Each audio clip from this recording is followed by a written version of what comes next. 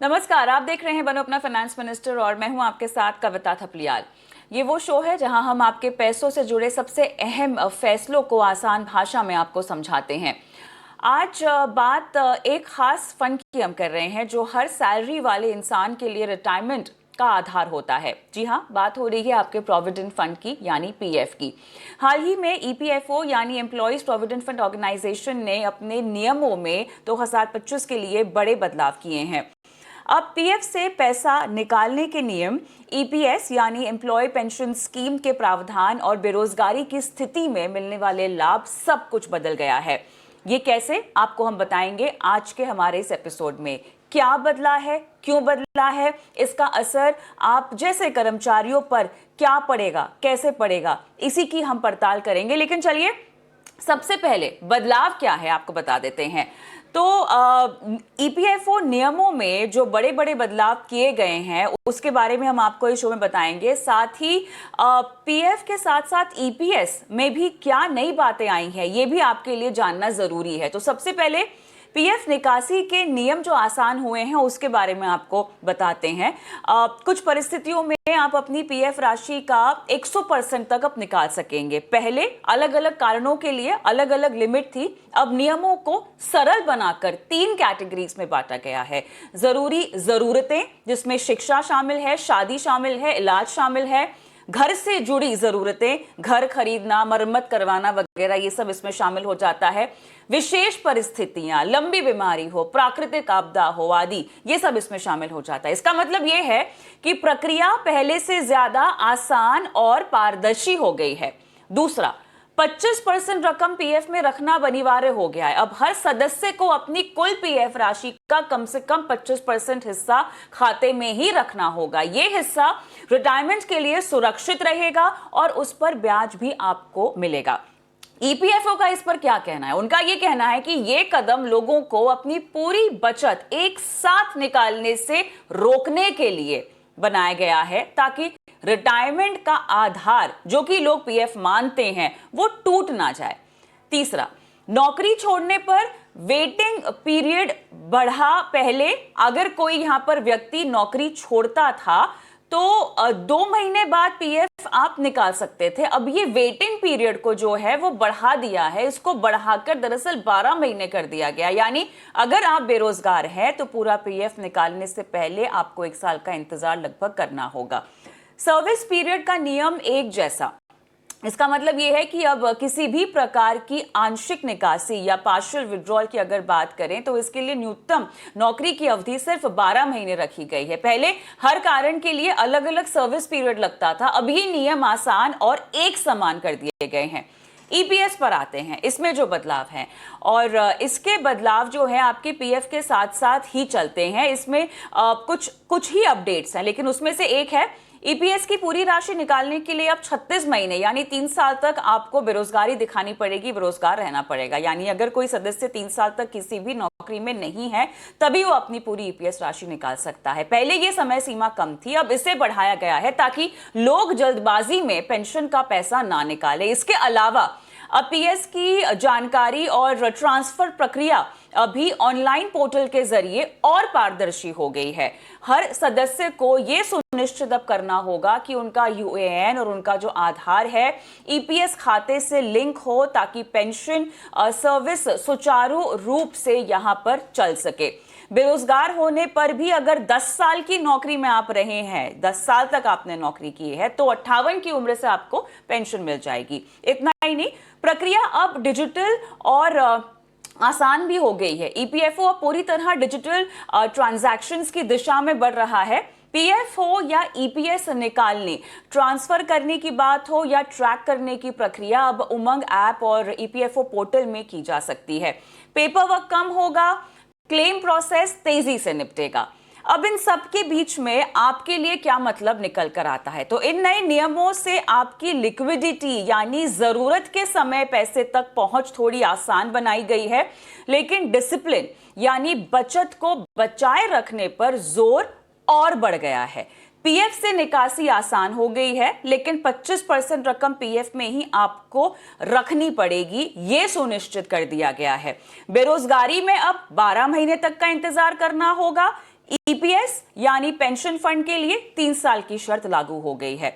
अगर आपकी केवाईसी और आधार लिंक नहीं है तो क्लेम अटक भी सकता है, ये आपको जान लेना है। यानी अब ये सिस्टम आसान भी है और जिम्मेदार भी है। आपके पैसे तक पहुंचते वक्त सुविधा आपको मिलेगी, लेकिन पीएफ और पेंशन को रिटायरमेंट के लिए सुरक्षित रखना ही मुख्य मकसद रहेगा।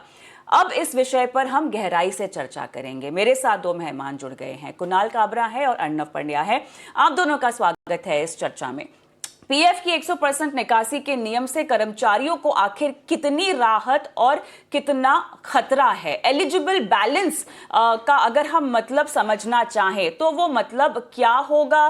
कर्मचारी और नियोक्ता दोनों का योगदान अब इसमें शामिल है। 25% रकम पीएफ में ही रखना होगा। थोड़ा सा कुणाल, इस पर हम चाहते हैं कि आप प्रकाश डालें। क्या ये फिक्स रहेगा, हर निकासी पर ये लागू होगा? कुछ समझाएं। नहीं, ये जो नया कानून आया है, आई थिंक इसमें एक जो सबसे बड़ा कंफ्यूजन या जिससे डाउट क्रिएट हो रहा है वो जो 100% निकासित रकम को आप निकाल सकते हो, उसके अराउंड काफ़ी लोगों को कंफ्यूजन है। तो इसमें जो नियम है वो ये कहता है कि आपने जिस कारणवश इसको निकालने की रिक्वेस्ट डाली है उसके अंदर उसका एक अलग फॉर्मूला होता है। जैसे अगर आप घर लेने के लिए अगर आप निकालना चाहते हो तो उसका फॉर्मूला है कि आपकी जो बेसिक वेज उसमें दिखाई गई है उसका 36 गुना आप निकाल सकते हो। उस पे पहले लिमिट 36 गुना या 90% जो भी लोअर है वो निकाल सकते हो। वो 90% हटा के 100% कर दिया गया है, लेकिन फॉर्मूला आज भी वही है कि आपकी जो बेसिक वेज है उसका इंटू 36 करके जो रकम आती है उतना ही रकम आप निकाल सकते हो। इसके ऊपर जब ओवरऑल जो आपका पीएफ का जो बैलेंस है उसका 100% में से अगर 25% अलग निकाला जाए, राइट, तो कई केसेस में ऐसा होगा कि जो आपकी पुरानी लिमिट है या जो आज भी लागू लिमिट है, राइट, आप एक्चुअली में उससे कम निकाल पाओगे। तो वो थोड़ा सा कंफ्यूजन क्रिएट कर रहा है लोगों के मन में कि एक्चुअल अमाउंट कितना निकलेगा। क्या वो एक्चुअली में फ़ायदा हुआ है या वहाँ पे एक्चुअली में जो उनका अमाउंट निकल सकता है वो और कम हुआ है। तो वो एक मेजर आई थिंक कंफ्यूजन का कारण बना है काफ़ी लोगों के मन में, लेकिन उसके पीछे का नियम इस तरीके से है। इसके अलावा मैं ये कहना चाहता हूँ कि पार्शियल विड्रॉल जो है जो ऑलरेडी काफ़ी सक्सेसफुल है।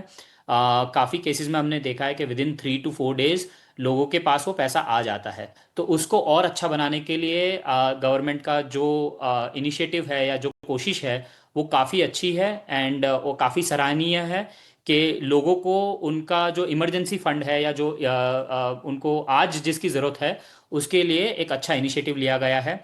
जो 13 अलग अलग तरीके से आप विड्रॉल डाल सकते थे पहले, जिसमें काफ़ी लोग गलत डाल देते थे, काफ़ी लोग उसका मिसयूज़ करते थे, उसको यूनिफाई करके जो 3 तरीकों में कर दिया गया है वो भी काफ़ी सिंप्लीफाई किया है या काफ़ी आसान करने की कोशिश की गई है ईपीएफओ से। तो ये पार्शियल विड्रॉल के तरीके से काफ़ी अच्छा किया गया है। पार्शियल विड्रॉल के लिहाज से नियम काफी हद तक यहाँ पर साफ हो चुके हैं। अर्णव जी, अगर 100% निकासी करने हैं तो उसके लिए अब नियमों को यूनिफॉर्म कर दिया गया है, समान बना दिया गया है। सवाल अब यहाँ पर यह है कि जिन रीजंस की वजहों से आप पैसे निकाल सकते हैं वो वजह अब बहुत सारी हो गई हैं। उन वजहों के बारे में बताइएगा और कितनी बार आप ये अर्जी डाल सकते हैं? क्या एक ही बार में पूरा पैसा निकालना होगा? क्या आप बार बार निकाल सकते हैं? 25% तो आपको रखना ही है, उसको तो आपको हाथ नहीं लगाना है। लेकिन अब जो लोगों को समझ में आ रहा है कि पूरा पैसा निकाल सकते हैं, उसमें कहीं ना कहीं 25% का पूरा एंगल मिस है। तो किन सूरतों में निकाले, कितनी बार निकाल सकते हैं? देखिए, अभी जो पहले 13 कैटेगरीज थी जहां पर आप निकाल सकते थे उसको ब्रॉडली 3 कैटेगरी में अभी बांटा गया।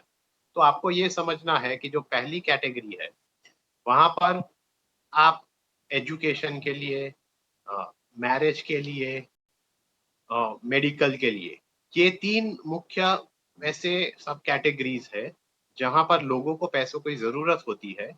और वो ये जो नीड्स की कैटेगरी है, पहली कैटेगरी, उसमें वो शामिल हो जाते हैं। तो ये एक पार्ट हो गया। दूसरा जो पार्ट है वो हाउसिंग के लिए है। तो जो आपकी हाउसिंग नीड्स हो तो उसके लिए अगर आप निकालते हैं तो वो पूरा हाउसिंग की जो कैटेगरी है उसमें आ जाता है। और तीसरा जो उन्होंने डिटेल दिया है, जो स्पेशल सर्कमस्टांसिस का नाम दिया गया है, वहां पर पहले क्या था कि अगर कोई पेंडेमिक हो या कुछ बड़ी दुर्घटना हो, उसमें जब आप एक ऐसा कोई स्पेशल सर्कमस्टेंस आ जाए, उसमें आप निकाल सकते हो, तो ये एक थर्ड कैटेगरी हो गई। तो ये मुख्य कारण है जहां पर आप सिंप्लीफाई करके ये अपना पैसा आप निकाल सकते हो। अब एज एन इंडिविजुअल आपको ये देखना है कि आपका कंट्रीब्यूशन कितना है, एम्प्लॉयर्स का कंट्रीब्यूशन कितना है, इंटरेस्ट कितना है, और उस हिसाब से आपकी एलिजिबिलिटी क्या है।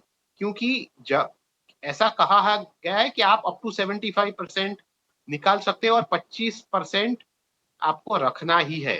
तो ये जब आप अप टू 75% आप जब कहते हो, तो ये एक लिमिट, अपर लिमिट होता है। तो उसमें आपको अपनी एलिजिबिलिटी देख के आप उसमें से अपने कॉर्पस में से कितना निकाल सकते हो, उसकी कैलकुलेशन आपको करना बहुत जरूरी है। आगे बढ़ते हैं और कुणाल, कुछ लोगों के सवाल भी आ रहे हैं। मेरे ख्याल से हम सीधा उसी पर जाते हैं ताकि उसके जरिए भी जो महत्वपूर्ण मामले हैं उस पर हम प्रकाश डाल सकते हैं। 25% की जो बात हो रही है कुणाल, जो रखना है, सवाल यहाँ पर यह आ रहा है संदीप का कि 25% एम्प्लॉयर शेयर होगा या एम्प्लॉय का शेयर होगा? किस हिसाब से इस 25% को हमें काउंट इन करना है? ये जो 25% है ये ओवरऑल शेयर होगा। सो इसमें ना एम्प्लॉय एम्प्लॉयर का दोनों अलग अलग शेयर नहीं है। आपका जो टोटल बैलेंस इकट्ठा हुआ है उसका 25% कहा गया है। अब इस पे एक फर्दर सर्कुलर आना बाकी है कि इसमें इंटरेस्ट कैलकुलेशन कैसे होगा। क्या, क्योंकि कई बार ईपीएफ का इंटरेस्ट जो होता है वो अगले साल क्रेडिट होता है या डीले से क्रेडिट होता है, राइट। तो एक वो चीज़ का डिटेल आना बाकी है कि वो कैलकुलेशन कैसे होगा। बट फिलहाल जो जानकारी हमारे पास अवेलेबल है उसमें ये कहा गया है कि एम्प्लॉय और एम्प्लॉयर अलग अलग नहीं है। जो आपका टोटल बैलेंस है उसका 25% आपको आप नहीं निकाल सकते हो, मतलब वो ईपीएफओ उसको अप्रूव नहीं करेगा। या शायद रिटायरमेंट का कॉर्पस इकट्ठा करने के लिए एक ऐसा कदम जो कि शायद उनके लिए सही साबित हो जाए। पीएफ का उद्देश्य ही यही है कि आप रिटायरमेंट के लिए पैसा जोड़ें और ना कि हर चीज के लिए जो है आप उसमें से पैसे निकालें। जरूरत होती है सही फाइनेंशियल प्लानिंग की और सही कदम उठाने की। सही फाइनेंशियल प्लानिंग करने पर इमरजेंसी कॉर्पस अगर आपके पास ऑलरेडी खड़ा है तो आप पीएफ को अपना इमरजेंसी कॉर्पस नहीं ट्रीट कर पाएंगे। लेकिन अर्णव जी, एक सवाल समीर की तरफ से आया है। विड्रॉल के लिए अप्लाई कर रखा है पीएफ में से, लेकिन वो प्रोसेस में है, क्या नए रूल्स का इंपैक्ट होगा? अब देखिए, उन्होंने अगर विड्रॉल के लिए अप्लाई कर दिया है और वो वहां पर कौन सी तारीख से ये नए रूल्स एप्लीकेबल होते हैं और वो किस तरह से अप्लाई करते हैं, इस पे आधारित है। लेकिन अगर मान लीजिए कि उन्होंने ये एप्लीकेशन डाल दी है और वहां पर एक्सेप्ट करके वो पुराने नियम के मुताबिक वहां पर एक्सेप्ट हो चुकी है, सिर्फ प्रोसेसिंग ही बाकी है, तो शायद उनको ये बेनिफिट नहीं मिल सकेगा। लेकिन अगर वो एप्लीकेबल डेट के बाद डालते हैं तो फिर ऑब्वियसली इसमें आपको ये नए रूल्स एप्लीकेबल रहेंगे।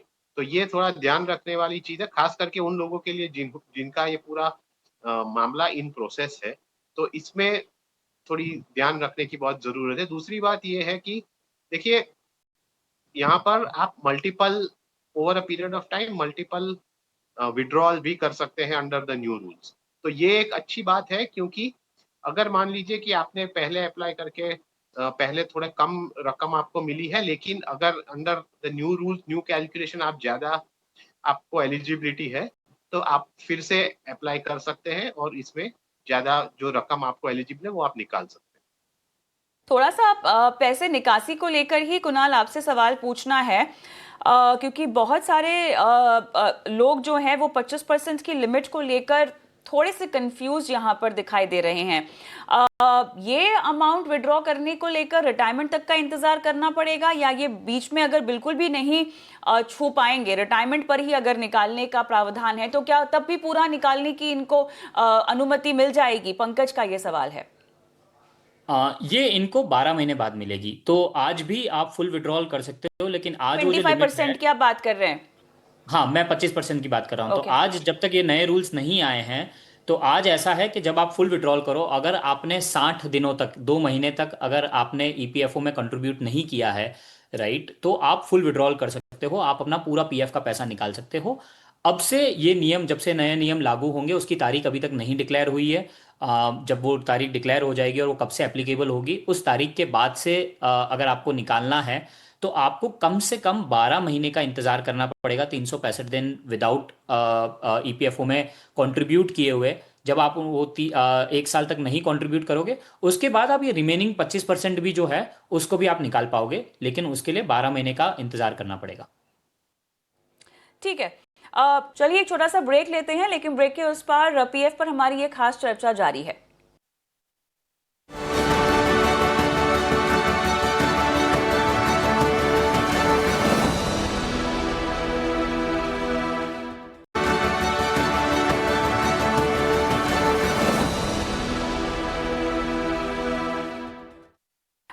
अर्नब जी, अब सवाल यहाँ पर ये है कि बेरोजगारी में तो 12 महीने का इंतजार करना ही होगा, लेकिन लोगों के लिए मुश्किल नहीं होगा जो छोटी मोटी नौकरियां यहाँ पर करते रहते हैं बीच बीच में?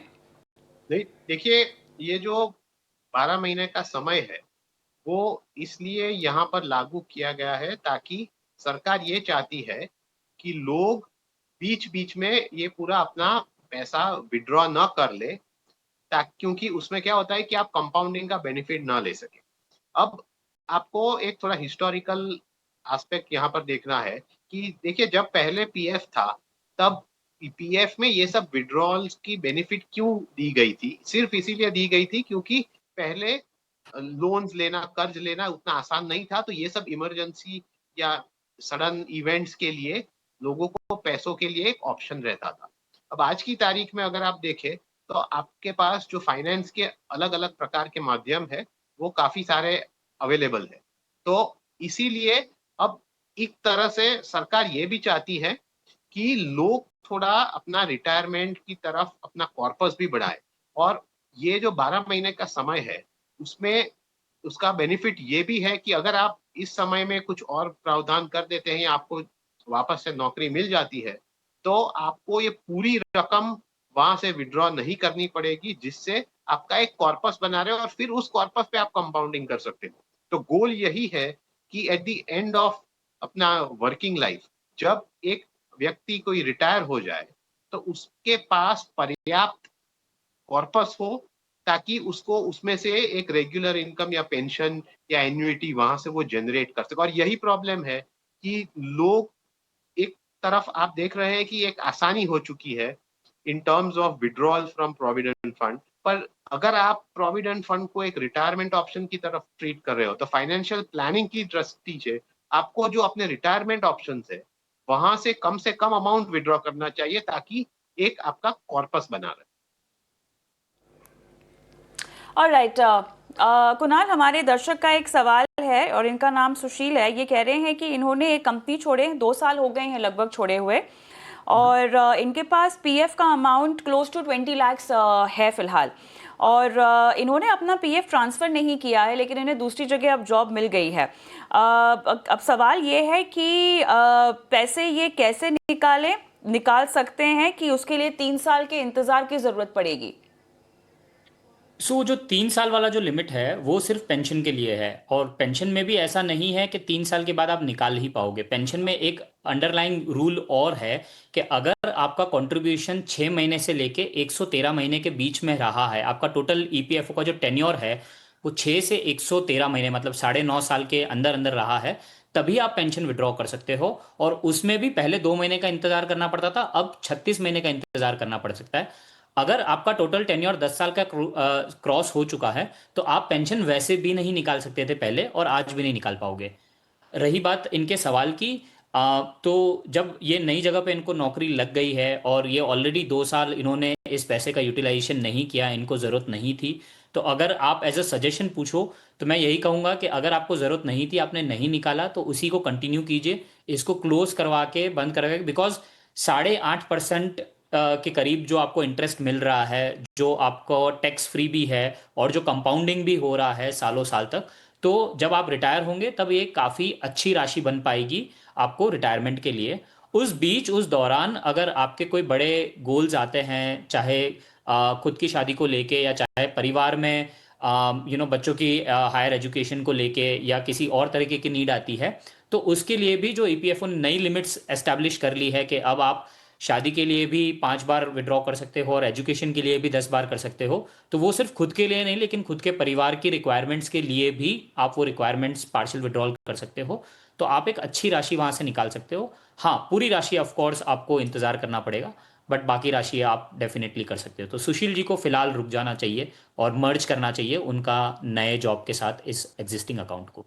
ऑलराइट, चलिए आगे बढ़ते हैं। और अर्नब जी, अब सवाल यहाँ पर ये उठता है कि क्या ये करना चाहिए कि नहीं करना चाहिए। आपको फ्लेक्सिबिलिटी मिल गई है विड्रॉल्स को लेकर और कई सारे क्राइटेरियाज के तहत आप पैसे निकाल सकते हैं, बट हैविंग सेड दैट पूरा जो पर्पस है रिटायरमेंट का वो कहीं ना कहीं डिसॉल्व हो जाता है अगर आप पीएफ से इतनी आसानी से पैसा निकालेंगे तो। देखिए, मेरा मानना है कि फैसिलिटी होना एक अच्छी बात है क्योंकि ये आपके लिए एक ऑप्शन है, लेकिन इन ऑल मैटर्स फाइनेंशियल, कोई भी फाइनेंशियल मैटर हो तो सिर्फ इसीलिए कि आपके पास फैसिलिटी आपको यूज करना है ये जरूरी नहीं है। देखिए, क्रेडिट कार्ड में भी वैसा होता है, सिर्फ इसीलिए कि आपके पास थोड़ी हायर लिमिट है इसका मतलब ये नहीं कि आपको ये पूरी लिमिट पूरे वक्त यूज करनी है, पर जब जरूर पड़े तब यूज करनी है। तो यही प्रिंसिपल मैं इसमें आपको कहूंगा कि लोगों को करना चाहिए कि अगर आपको कोई इमरजेंसी हो या बहुत जरूरत हो, खास करके इंपॉर्टेंट गोल्स के लिए, एजुकेशन हो, मैरिज हो, इलनेस हो, जहां पर आप दूसरी तरह से प्लानिंग करके रकम नहीं निकाल सकते या आपके पास अवेलेबल नहीं है, तभी आपको इसका यूटिलाइजेशन करना होगा, तभी आपको इस फैसिलिटी का उपयोग करना होगा। क्योंकि अदरवाइज कोई भी रिटायरमेंट प्रोडक्ट हो आपके लिए, उसका मकसद सिर्फ एक और एक ही होना चाहिए कि आप उसे टच ना करें और उसे बढ़ते जाए over a period of time, नया कंट्रीब्यूशन आते जाए, उसमें अर्निंग्स होता जाए, ताकि जैसे जैसे कॉर्पस बढ़ता जाएगा हर साल उसमें आपको जो कमाई है वो ऑटोमेटिकली कंपाउंड होती जाएगी, यानी कि कमाई पे कमाई पे कमाई होती जाएगी। और इसका ही पूरा लाभ है, और इसका लाभ तभी मिलता है जब आप बहुत सालों के लिए इसमें अंदर रहते हैं। और एक और चीज बहुत इंपॉर्टेंट यहाँ पर यह भी है कि देखिए, जब आप इस प्रकार का कंपाउंडिंग करते हो तब over a period of time जो आपके लिए कॉर्पस है, तो वो रिटायरमेंट के लिए आपको एक बहुत बड़ी रकम की जरूरत होती है। तो मोस्ट प्रोबेबली जब आप रिटायरमेंट प्लानिंग करते हो तो आप सिर्फ और सिर्फ एक ही ऑप्शन पे ध्यान नहीं रखोगे, आपको 2-3 ऑप्शंस सिलेक्ट करना होगा, खासकर आज की दुनिया में जब इन्फ्लेशन इतना है और एक्सपेंस इतने बढ़ रहे हैं। और इसके साथ एक फाइनल चीज ये है कि जब भी आप रिटायरमेंट की कॉर्पस, लिमिट्स, इनकम के बारे में सोचे, तब पोस्ट टैक्स रिटर्न्स देखिए, क्योंकि ये बहुत महत्व रखते हैं। और यहीं पे पीएफ का एक बहुत बड़ा फैक्टर है, क्योंकि जो टैक्स फ्री रिटर्न्स है वो आपका जो नेट रिटर्न है वो एज कंपेयर टू काफी सारे अदर डेट ऑप्शंस खास करके वो हाई चला जाता है। तो ये आपको एक ध्यान में रखने वाली चीज है कि रिटायरमेंट प्लानिंग का पूरा जो कॉर्पस है, उसका जो डेट एलोकेशन है, उसमें आप ये पीएफ को किस प्रकार का स्थान देते हैं। एक आखिरी सवाल रोहित हमारे दर्शक का है। ये पूछ रहे हैं कि इनके पास अगर 10 लाख रुपए फिलहाल पड़े हैं ईपीएफ में, तो उसको वो विड्रॉ करना चाहते हैं, लेकिन पूछ रहे हैं कि अब ये कितना विड्रॉ कर पाएंगे नए नियमों के बाद, अगर पुराने नियमों से इसकी कंपैरिजन करें, और क्या विड्रॉ कर पाना मुमकिन होगा भी कि नहीं। राइट। इसमें डिपेंड करता है कि वो अभी कंट्रीब्यूट कर रहे हैं या नहीं कर रहे हैं। अगर वो पिछले 2 महीने से नहीं कंट्रीब्यूट कर जवाब रहे दे हैं, दीजिए, दोनों लिहाज से जवाब दे दीजिए, कंट्रीब्यूट कर भी रहे हो या जब नहीं भी कर रहे हो तो। अगर वो पिछले 2 महीने से कंट्रीब्यूट नहीं कर रहे हैं तो वो पूरा 10 लाख विड्रॉ करने के लिए एलिजिबल है, वो पूरा निकाल सकते हैं पुराने नियमों के तहत। अभी नए नियमों की एप्लीकेबल डेट नहीं आई है, तो हमें नहीं पता कि वो किस तारीख से इम्प्लीमेंट होंगे। अगर जब से वो इम्प्लीमेंट होते हैं तो उसके बाद वो सिर्फ 7.5 लाख रुपए निकाल पाएंगे अनटिल 12 महीने कंप्लीट हो। तो अगर वो कितने टाइम से कंट्रीब्यूट नहीं कर रहे हैं उसके हिसाब से अगर उनके 12 महीने कंप्लीट हो गए तो नए नियमों के बावजूद वो पूरे के पूरे 10 लाख निकाल पाएंगे। अब रही बात दूसरी कि अगर वो एग्जिस्टिंगली कंट्रीब्यूट कर रहे हैं तो पुराने नियमों के तहत डिपेंडिंग कि वो कौन से नियम के अंतर पार्शियल विड्रॉल करना चाहते हैं, क्योंकि फुल अगर वो कंट्रीब्यूट कर रहे हैं तो फुल विड्रॉल तो वो नहीं कर पाएंगे। जब वो पार्शियल विड्रॉल की बात आती है तो अगर मान लो उन्होंने होम लोन के लिए या होम परचेज के लिए पिछले 10 साल में एक भी बार नहीं निकाला गया है, तो वो जो पुराने नियम है उसके अराउंड भी वो उनकी जो ईपीएफ वेज है इंटू 36 करके जो भी आंकड़ा आता है उसका अमाउंट निकाला जा सकता है। बट वो उस पर डिपेंड करता है कि उनका कंट्रीब्यूशन क्या जा रहा है, उनका शेयर कितना है, वगैरह वगैरह। एंड नए नियमों के तहत भी वो अमाउंट मोर और लेस सेम आएगा, बिकॉज मुझे ऐसा लगता है मेजोरिटी केसेस में जो हमने देखा गया है वो लिमिट 90% या 100% से सेट नहीं होती। वो जो आपका ईपीएफ वेज है उसके ऊपर जब वो फॉर्मूला लगता है, उस फॉर्मूला से ही आपकी हायर लिमिट सेट हो जाती है। तो आप चाहे 75% अलाउ करो या 100% अलाउ करो, अगर फॉर्मूला से आपकी लिमिट ही 5 लाख निकल के आ रही है तो आप 5 लाख ही निकाल पाओगे, चाहे नियम नए हो या पुराने हो। ऑलराइट, चलिए समय समाप्त हुआ है, लेकिन सवाल अभी भी बहुत सारे हैं, लेकिन इतने ही सवालों को हम जगह दे पाएंगे। बहुत बहुत धन्यवाद आप दोनों का शिरकत की। और जो भी दर्शक सवाल और पूछना चाहते हैं तो व्हाट्सएप नंबर हम स्क्रीन पे फ्लैश कर रहे हैं, और यूट्यूब पर अगर देख रहे हैं तो वहाँ भी अपने सवाल छोड़ सकते हैं। बहुत बहुत धन्यवाद आप दोनों का शो में शिरकत की। और जाते जाते तो ये साफ हो चुका है कि ईपीएफओ के नए नियम के बाद पीएफ और ईपीएस दोनों ही योजनाएं ज्यादा पारदर्शी और अनुशासित बन गई हैं। पीएफ से अब पैसा निकालना आसान है, ईपीएस से जुड़ी जानकारी ऑनलाइन ट्रैक की जा सकती है, पूरी प्रणाली डिजिटल होती जा रही है। लेकिन याद रखिए, ये पैसा आपके रिटायरमेंट की सुरक्षा कवच है, इसे इमरजेंसी कैश की तरह इस्तेमाल करने से बचें। अपने पीएफ और ईपीएस दोनों के लिए यूएएन, आधार, केवाईसी लिंक करना ना भूलें, और अपनी सेविंग्स को लंबे समय के नजरिए से देखें, क्योंकि आखिरकार आप ही हैं अपने पैसों के असली मालिक। जी हाँ, और इसी के साथ मुझे भी आज के इस शो में इजाजत दें। नमस्कार।